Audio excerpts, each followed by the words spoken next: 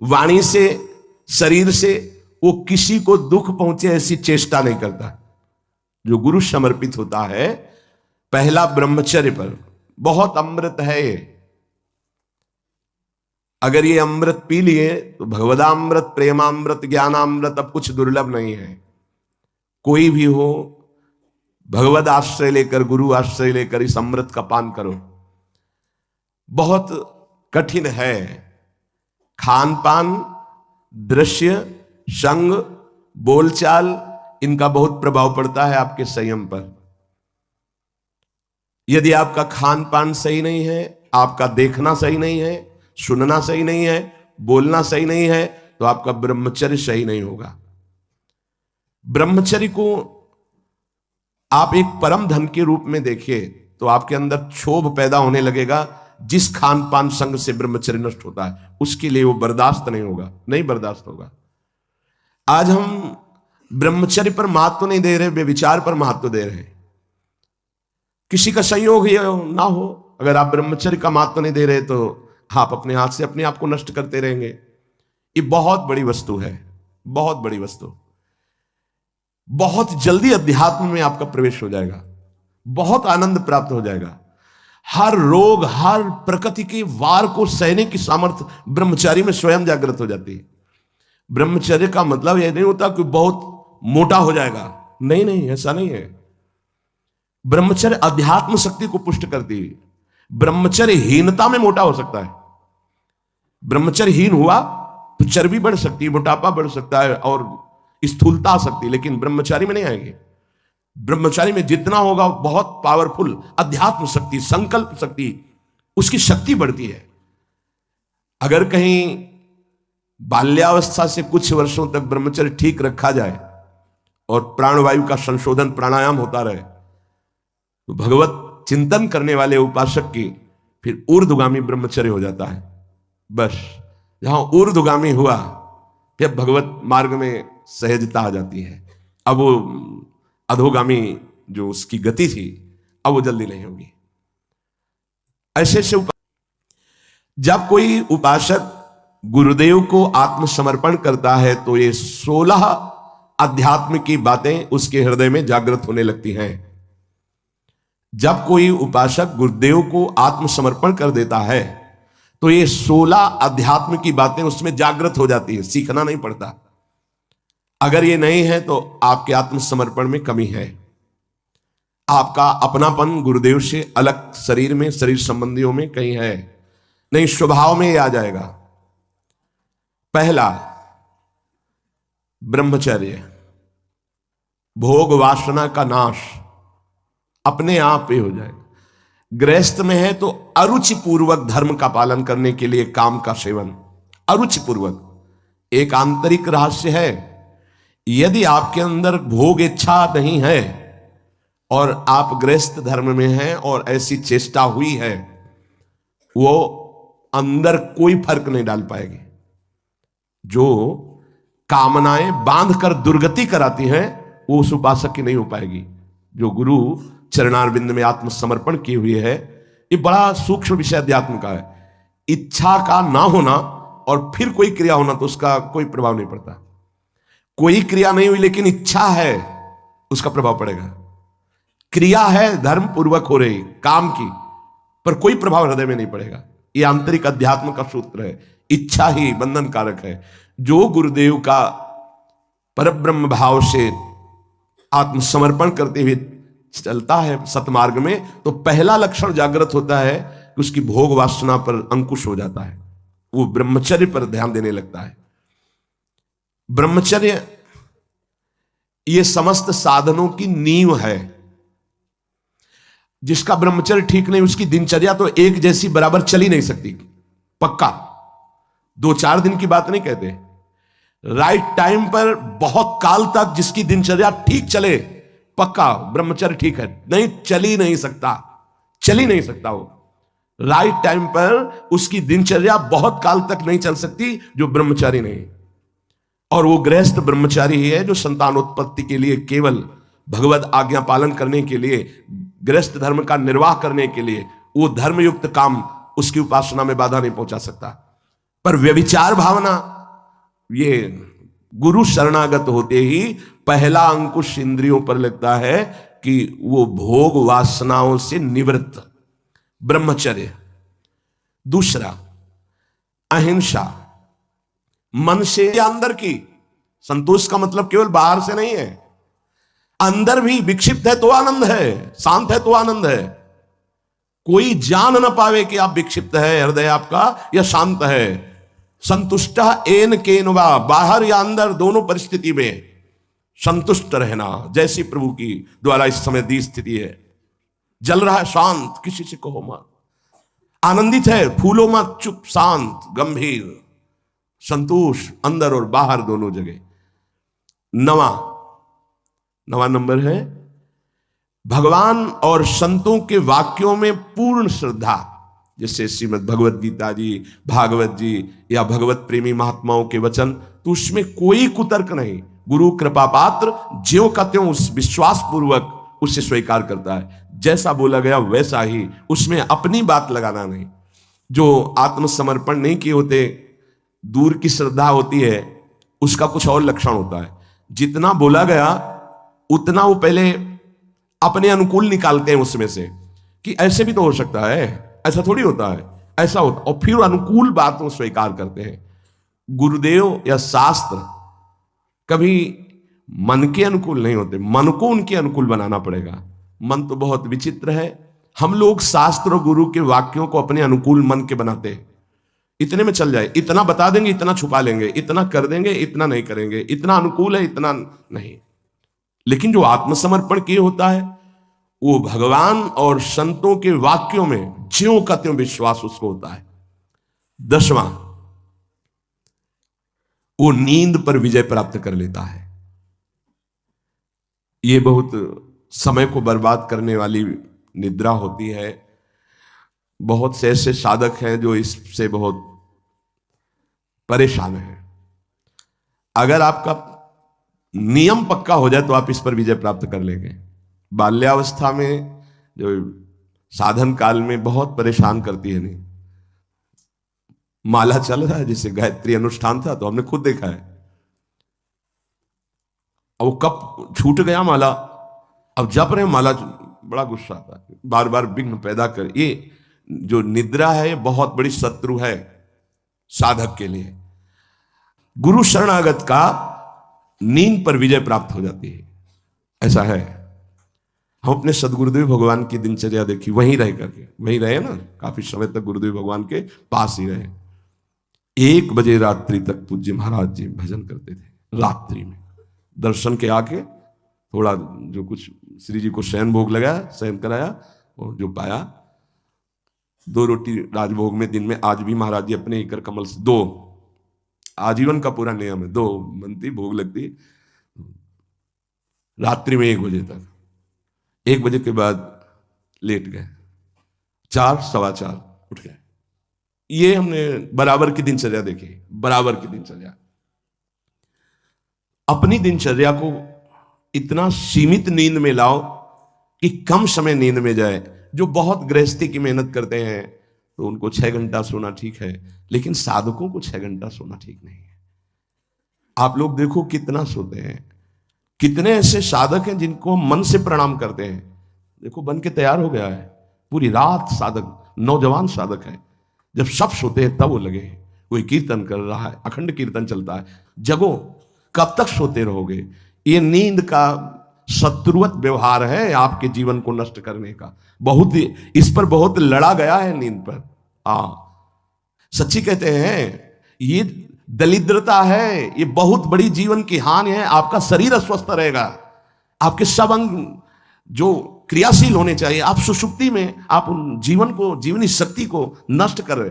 थोड़ा सा युक्ताहार विहार से थोड़ा सा नींद ले लो, जरूरी है। 3 घंटे ले लो, 4 घंटे ले लो। ये पढ़े रहना बहुत दरिद्रता है। ये नींद जो है ये हमें भगवत प्राप्ति में बड़ी बाधा पहुंचाती है, तमोगुण का लक्षण है, इसमें उठना चाहिए। 11वां है, जो गुरु कृपा पात्र है उसके हृदय में 3 दंड प्रकाशित हो जाते हैं। 3 दंड, मनोदंड, वागदंड और कर्मदंड। ये प्रकाशित हो जाते हैं। मनोदंड, उसकी ताकत नहीं मन की कि कुछ विपरीत सोचवा सके। वागदंड, वाणी की ताकत नहीं कि कुछ बुलवा सके गलत। और कर्मदंड, शरीर की ताकत नहीं कि कुछ गलत करवा सके। ये 3 दंड उसके अंदर प्रकट हो जाते हैं। और आप प्राय देखते हैं काशी के संन्यास मार्ग में जो दंड दिया जाता है उन्हें त्रिदंडी स्वामी कहा जाता है। एकादश स्कंद में भागवत में लिखा है यही। मन का निसंकल्प होना दंड, वाणी का मौन होना दंड, और कर्म का न्यास कर देना, त्याग कर देना। अगर ये 3 दंड है तो त्रिदंड लेना सार्थक हुआ। यहां कह रहे गुरु कृपा पात्र के अंदर 3 दंड जागृत हो जाते हैं। मनोदंड, मन की ताकत नहीं कि आज्ञा के विपरीत चल सके। वागदंड, वाणी की ताकत नहीं कि फजूल की वार्ता, बेकार की वार्ता, गलत अश्लील भाषण या ऐसा प्रपंच वार्ता, ग्राम्य कथा, निंदा स्तुति, ये सब नहीं। वागदंड। कर्मदंड, शास्त्र विरुद्ध आचरण उससे हो ही नहीं सकते। भूल न दे कुमारक पाऊं। 12वां, गुरु कृपा पात्र के ध्यान में आराध्य देव झलकते हैं, झलकने लगते हैं। यह गुरु कृपा से ही होता है। आराध्य देव उसके ध्यान में, जैसे हम आंख खुले हुए तो ऐसे आंख खुली हो तो आपके भाव में वो विराजमान है। वहां ये ध्यान नहीं करना कि आंख मूंद कर कैसे चरणारविंद, ऐसे खुली आंख में सांवले चरणारविंद, गोरे चरणारविंद, उनका पीतांबर नीलांबर पूरा गुरु कृपा से हो हर समय भाव देह में। अगर अंदर से देहाभिमान, देह धर्म, तो फिर ये नहीं आएगा। और जब अंदर से अपने भाव में, तो भावोत्सवेन भजताम रस काम धेनुम, चाहे आंख खुली हो, चाहे बंद हो, चाहे बहिर्मुख हो, चाहे अंतर्मुख हो, उसमें कोई फर्क नहीं पड़ता गुरु कृपा पात्र में। प्रभु का, आराध्य देव का, उनका ध्यान बसर वही रूप छके घूमत रहे, तन को तनिक न भान। हर समय रूप विराजमान हो जाता गुरु कृपा पात्र में। 13वां, प्रभु की चर्चा सुनने में, प्रभु का नाम कीर्तन सुनने में उसकी आसक्ति हो जाती है। भगवत चर्चा सुनने में, भगवान भागते हुए हमने देखा बूढ़े बूढ़े जनों को। ये वृंदावन धाम है, भागते हुए कि हम 1 मिनट अगर लेट हो गए, एक शब्द भी छूट गया तो हमारा आज का दिन हम अमंगल मानेंगे कि एक शब्द छूट गया। सत्संग में क्या सुना वो पकड़ नहीं होती। पकड़ो, सत्संग को पकड़ो। जो गुरु कृपा पात्र होता है उसकी श्रवणेन्द्रीय आसक्ति पूर्वक चर्चा सुनती है, सत्संग की, भगवत चर्चा, नाम कीर्तन। और 14, स्त्री, पुत्र, घर, संपत्ति, इन सब से उसका राग खत्म हो जाता है गुरु कृपा पात्र का। नरसिंह मेहता जी का जब पुत्र पधारा तो करताल लेकर नाच रहे हैं। श्रीवास जी के घर में जब पुत्र पधारा तो कीर्तन में उन्मत्त हो रहे हैं, क्योंकि मेरा नहीं प्रभु का था, इतने दिनों के लिए आया था, अब वो चला गया। उसका राग नहीं रहता। गुरु कृपा पात्र का स्त्री, पुत्र, ग्रह एवं संपत्ति पे राग नहीं रहता। तो जो विरक्त है उनका राग न शरीर में होना चाहिए और न किसी वस्तु स्थान पे होना चाहिए। सच्ची माने, कहीं किंचन मात्र अपनापन नहीं होना चाहिए। बस श्री जी का इधर, श्री जी का इधर, कहीं भी अपनापन नहीं होना चाहिए। जहां अपनापन होगा वहीं आ जाओगे। अपनापन केवल लाडली लाल से हो और जैसे वो रखे उनका विधान। अपनापन अंदर वाला कहीं नहीं होना चाहिए। ये गुरु कृपा पात्र में ये अपनापन सुरक्षित आराध्य देव में लगता है। इसीलिए स्त्री, पुत्र, ग्रह, संपत्ति, मकान, इनमें उनकी आसक्ति नहीं होती जो गुरु कृपा पात्र जन होते हैं। 15वां, भक्तों से कैसे प्रेम किया जाता है, ये भाव आ जाता है। भक्तों से कैसे प्रेम किया जाता है, भगवान से भी बढ़कर जिनके अंदर भक्तों के प्रति भाव आ गया, धन्याति धन्य हो गए। भगवान स्वयं कर मोते अधिक संत कर ले। ओहो, आज तो मेरे भगवान के पार्षद प्रेमी जनों के दर्शन, अहो वास्तविक आनंद की प्राप्ति होती है। जब भगवत अनुरागी संतों का सानिध्य मिलता है तो दिन भर हाँ एक फूलन होती है। जिस दिन एकांतिक में कोई संत नहीं आता उस दिन हमारा मन निराश हो जाता है प्रगट में कि आज अधूरा एकांतिक रहा, संत भगवान नहीं पधारे। और जिस दिन संत भगवान की वैसे कृपा होती है, चाहे एक आशा के 10-10 वर्ष हो जाते हैं, कभी स्वप्न दोष नहीं होता। 10-10 वर्ष क्यों? क्योंकि उसका चिंतन नहीं होना चाहिए। मनोवाह नाड़ी जो शरीर के अंदर है, जैसे दूध में घी समाया हुआ है, वो कहीं एक स्थान पे नहीं है, ऐसे पूरे शरीर में समाया हुआ है वो। जैसे दूध को हम उठाकर गर्म करके दही बना के फिर उससे मक्खन निकालते हैं, फिर घी निकलता है। ऐसे एक नाड़ी है मनोवाह, उसमें इतनी चिंतन से गर्मी पैदा होती कि तत्काल पूरे रक्त से वो उसको घसीट लेती है और मनोवाह नाड़ी फिर उससे बाहर कर देती है। चिंतन आपका ठीक हो, तभी कहा है इच्छा रहित तो कुछ नहीं बिगड़ने वाला। संत सदगुरुदेव का आश्रय लेने पर सबसे पहला कदम ब्रह्मचर्य पर होता है। अगर ब्रह्मचर्य ठीक है तो आपकी दिनचर्या ठीक है। सर्दी गर्मी बरसात रोग शोक मान अपमान दुख सुख सब कुछ आनंद पूर्वक सहने की सामर्थ्य आती है। जितना ब्रह्मचर्य क्षीण होता जाएगा उतनी आपको अधिक सर्दी लगेगी, अधिक गर्मी लगेगी, चिड़चिड़ा स्वभाव हो जाएगा, कुछ कार्य करने का मन नहीं, पड़े रहने का मन रहेगा, आपके अंग प्रत्यंग ये प्रमादी हो जाएंगे, इंद्रियां प्रमादी हो जाएंगी। ब्रह्मचर्य में एक अलौकिक तेज रहता है, हर इंद्रिय चेष्टा हर क्रिया जो भागवतिक व्यवहारिक उसमें एक नवीन उत्साह बना रहता है। इसलिए परमार्थ के व्यवहार के जो भी कार्य करने हैं हमें जो पावर चाहिए वो ब्रह्मचर्य से। अब ये जो सूत्र जब गुरुकुल में भर्ती होते थे, गुरु शरण होते थे, तो सबको 20-25 वर्ष तक ब्रह्मचर्य ही रहना होता था। अब ये आज का जो आधुनिक पढ़ाई इसमें ब्रह्मचर्य का कोई महत्व ही नहीं है। ये तो भगवान की कृपा से कुछ संत महात्माओं के ऐसे वचन तो उनसे पता चलता है कि ब्रह्मचर्य भी कोई है, नहीं तो किसी को पता ही नहीं कि ब्रह्मचर्य किसे कहते हैं। बस मनमानी आचरण करना, नए नए बच्चों में संस्कार ऐसे बिगड़ गए, वो जानते ही नहीं कि मैं क्या खिलवाड़ कर रहा हूं अपने जीवन के साथ। गुरु के पास आत्मसमर्पण करने से पहला लक्षण जागृत होता है ब्रह्मचर्य। दूसरा अहिंसा, किसी को भी मन वचन शरीर से हमें दुख नहीं देना, अपमान नहीं करना, मन से भी हमें किसी का मंगल नहीं सोचना। नहीं, मन से अगर हम किसी का मंगल सोचते हैं तो उसका मंगल होगा कि नहीं होगा पता नहीं, आप कितने बड़े तपस्वी हैं, पर आपका मंगल जरूर हो गया, उसी क्षण हो गया जिस क्षण आपने दूसरे का मंगल सोचा। यह हमने संत महापुरुषों से सुना है। मन के द्वारा जब किसी का मंगल सोचा जाता है कि इसका ऐसे दुख पहुंचे, ऐसे इसका नाश हो, होगा कि नहीं उसका वो तो भगवान जाने, लेकिन तुम्हारा अभी हो गया, तुम्हारा पतन हो गया, तुम्हारा मन मलिन हो गया, कितना साधन करने पर वो पवित्र होगा। तीसरा, जब हम गुरुदेव के सानिध्य में रहते हैं तो सुख और दुख दोनों को समान भाव से सहने की सामर्थ्य प्राप्त होती है। जो गुरुदेव का कृपा पात्र होता है वो सुख दुख में समान भाव रखता है। प्रायः ऐसा नहीं है, सुख में तो हमारी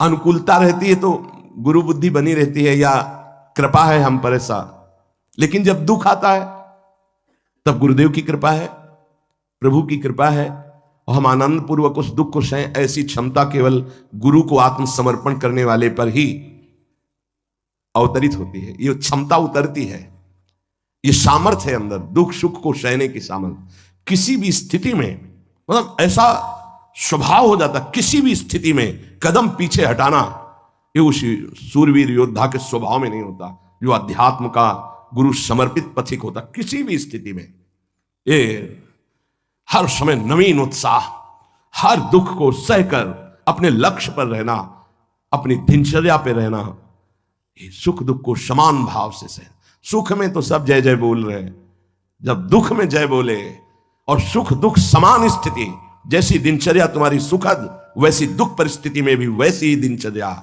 जैसा तुम्हारा भाव अनुकूल सुख में गुरुदेव के प्रति वैसी ही दुख परिस्थिति में प्रतिकूलता में भी वैसा ही भाव ये गुरु कृपा से प्राप्त होता है। चौथा, जो गुरु शरणागत होता है उसको सर्वत्र भगवत दर्शन का भाव जागृत होता है। मेरे आराध्य देव, जैसे आचार्य चरण कह रहे हैं, सर्वान वस्तु तया निरीक्ष परम स्वाराध्य बुद्धिर्मम, मेरे आराध्य देव सबके हृदय में है। पांचवा, अब इस संसार में मुझे कुछ प्राप्त करना नहीं, मुझे केवल भगवान की प्राप्ति करनी है। ये गुरु कृपा से आता है। गुरु कृपा पात्र के हृदय में भगवत प्राप्ति का लक्ष्य दृढ़ हो जाता है। भगवान कैवल्य वस्तु है, परम तत्व है, अब तो भगवत प्राप्ति करनी है। जो गुरु शरणागत है उसमें पांचवा लक्षण जागृत होता है, अब तो भगवत प्राप्ति करनी है, पक्का इस जन्म में मुझे भगवत प्राप्ति करनी है। ऐसी ज्ञान की वृत्ति जागृत होती है कि वो कैवल्य परम पद का अधिकारी हो जाता है, गुरु कृपा पात्र। छठवां, सदैव अकेला रहने का स्वभाव होने लगता है उसका, गुरु कृपा पात्र का। कोई पास नहीं हो, अगर पास भी है तो कोई मित्रता नहीं, कोई शत्रुता नहीं, ना किसी भी तरह का लगाव है, ना किसी भी तरह का द्वेष भाव है, शून्य। एक भी मित्र नहीं होना चाहिए संसार में, शत्रु की तो बात क्या है, एक भी मित्र नहीं होना चाहिए, सब में भगवत भाव, भगवत भाव से सब में। अपना परिचय नहीं होना चाहिए, अपना कोई दोस्त नहीं होना चाहिए, दुश्मन की तो बात ही क्या है, अजात शत्रु, दुश्मन का तो सवाल ही नहीं उठता, पर दोस्त भी नहीं होना चाहिए। अकेला चलना सीखे, अपनी कुटिया में या जहां भी रह रहे हो, जैसे पीछे भी 5-5, 7-7 संत भगवान के बीच में आसन लगाने को मिलता, कोई कमरा थोड़ी अकेले मिला कभी। तो कभी हम पास वाले संत को जानते नहीं कि कहाँ के हैं क्या है, और कभी कोई पूछने की चेष्टा की तो उनसे कहें कि आप अध्यात्म के विषय में पूछ सकते हैं, आप व्यवहार के विषय में नहीं पूछ सकते। तो तुम्हारा बात करने का स्वभाव नहीं है क्या? नहीं। हमें पूछा गया था एक आश्रम में कि आप बोल लेते हैं कुछ, मतलब बोलना आता है आपको कि नहीं, ऐसे रहे हैं। तो उसमें लगता था कि इनकी मतलब जबान है कि नहीं है। उन्होंने पूछा आप बोलना जानते हैं कि नहीं जानते, कई महीने के बाद कहा जी बोल लेते हैं, पर क्या बोले, किसी से कोई मित्रता नहीं, वृंदावन में इतने रहे, किसी से मित्रता नहीं, किसी से शत्रुता नहीं। जैसे वो जंगल में एकांत रहता है, ऐसे समाज में एकांत रहता है। गुरु कृपा पात्र, ये स्वभाव में लाइए असंगता। एकस चरण रहस्चित्त मनन तई से एक दृष्टि हो जाती है, लाखों चेहरों को देखने के बाद भी एक भी इस कैमरे में छवि नहीं आएगी, एक भी। अगर एकांत में बैठने पर किसी की याद आ रही तो तुम्हारा साधन बाधित हो रहा है। कैमरा खुला क्यों रखा? जैसे कैमरा खुला है, ऑफ कर दो इसे तो लोगों की नजर में आएगा कि कैमरा लगा है लेकिन ऑफ है। ऐसे होता है कैमरा ऑफ, अंदर से एकमात्र अपने लक्ष्य में, और लाखों लोगों को देख लिया, एक भी छवि नहीं आई। चाहे वो जंगल में रहे या एकांत, वो असंग रहता है।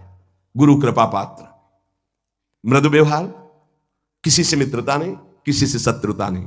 ये देख लो, अगर इसी जन्म में भगवदानंद का अनुभव करना है तो बहुत जरूरी ये सूत्र है जो पूज्य बाबा कह रहे हैं।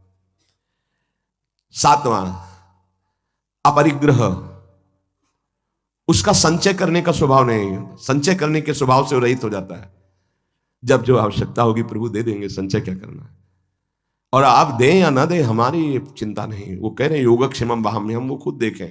हमारे जीवन का लक्ष्य उनकी आज्ञा का पालन करना। अब इस जीवन का भार उनके ऊपर है। कोई कह सकता है गृहस्थी में ऐसा कैसे? गृहस्थी में जिसने कर दिया, महान संत चरित्र लिखे हुए हैं, पढ़ के देख लो। बेटी के यहां भात भरने जा रहे हैं तो ठाकुर जी भर रहे हैं, बेटे का ब्याह है तो ठाकुर जी चल रहे हैं साफा बांधे, कोई जान नहीं पा रहा ये ठाकुर जी है। भार आपको, हमारा कर्तव्य आपका चिंतन और आपकी आज्ञा का पालन। आप सब देखें बहुत अच्छे से संभाल लेते हैं, अखिल कोटि ब्रह्मांड नायक है। और विरक्त को एकदम आकाश वृत्ति, ये बहुत अमृतमयी वृत्ति है, माधुकरी वृत्ति से भी श्रेष्ठ आकाश वृत्ति। आप जो हमारे सामने भेजेंगे वही पाएंगे, अन्यथा नहीं। ऐसे भी नहीं। एक है माधुकरी वृत्ति और एक ये है आकाश वृत्ति, मतलब भगवत विधान से आएगा जो आएगा। जैसे अपने लोग समय आकाश वृत्ति में है, अब प्रभु की इच्छा से है तो आज वो ऐसा पवा दे रहे हैं, उनकी इच्छा है आज ऐसा। और जब उनकी इच्छा ना हो तो सब बैठ करके चरणामृत लेके राधा नाम कीर्तन करें। उन्हीं की व्यवस्था से है, किसी से किसी का यहाँ ऐसा नहीं है कि अमुक के द्वारा नहीं। हमारे प्रियालाल से प्रेरित होकर कोई जैसे तो चल रहा है, हमारा किसी व्यक्ति से नहीं चल रहा, प्रियालाल से चल रहा। तो प्रियालाल जब जहां से जैसे आते हैं, जिस रूप में जो देते हैं उसी से व्यवस्था। आकाश वृत्ति तब मानी जाएगी आकाश वृत्ति जब किसी को संकेत भी न किया जाए कि ऐसा, थोड़ा संकेत भी नहीं। और इस बात के लिए बहुत कड़ाई से यहां है कि अगर कभी किसी को कोई संकेत करते मिल जाए तो ये समझ लेना कि वो हमारे सिद्धांत के विपरीत अपराध कर रहा है, और वो जरूर हमें सूचना दी जाए। संकेत भी नहीं कि आज आप संतों को भोजन करा दीजिए, संकेत भी नहीं। हाँ, कोई प्रार्थना करता है, ठीक है भाई, आप जो दे देते हैं उसी से हम संतों को पवा देते हैं। अगर 1 रुपया आता है तो 1 रुपये में भी भंडारा हो जाएगा। 1 रुपये का नमक ले आओ, दाल में डाल दो, सब संतों को पवाने को हो जाएगा। हमारा भगवत विधान से चले, आकाश वृत्ति बहुत अमृतमयी वृत्ति होती है और बड़ी निश्चिंतता होती है इसमें और बड़ी क्षमता होती है इसमें। कई कई दिन न मिलने पर भी कोई निराशा नहीं होती थी काशी में। अपरिग्रह, अपने लिए शरीर सुख के लिए संचय न करें, यह वृत्ति आ जाती है। गृहस्थ में भी रहते हुए अपने लिए नहीं, ये परिवार है, अतिथि है, उनके लिए। अपने भोग वासना का गुरु कृपा पात्र के हृदय में स्थान नहीं रह जाता है, तभी कोई झगड़ा नहीं, कोई अशांति नहीं, हर स्थिति में शांत रहता है, मृदु स्वभाव रहता है। जो अहम लिए तो बहुत उसमें क्रूरता होती है, कठोरता होती है, बड़ी उसमें जलन होती। काहे को जलो, आनंद मगन रहो।